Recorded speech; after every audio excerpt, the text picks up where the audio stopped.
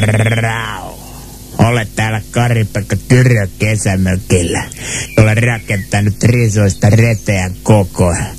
Mutta eihän tämä perkeleen suostu syttymään, koska riisut on niin perkeleen märkiä.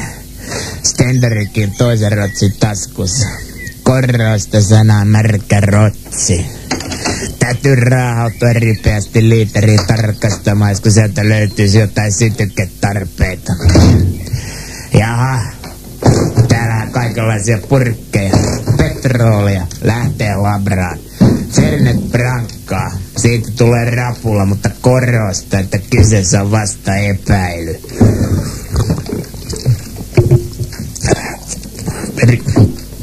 Traktorin ratasöljyä, kerosiinia, lähtee muuten labraan. No nyt löytyy nitroglyseriiniä. Tähänpä en ole aikaisemmin törmännyt. Lähtee labraan, mutta ensin kokeillaan syttyykö sillä risut paremmin. No niin. Parempi varmaan roiskea reilmapuoleisesti, koska risut ovat läpimärkiä.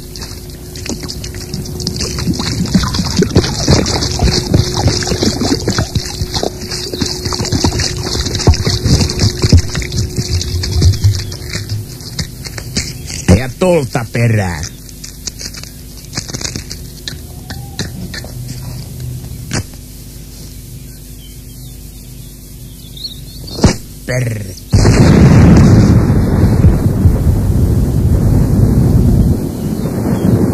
Perkele. Kärähdin. Taisi olla kiellettyjen aineiden listalla.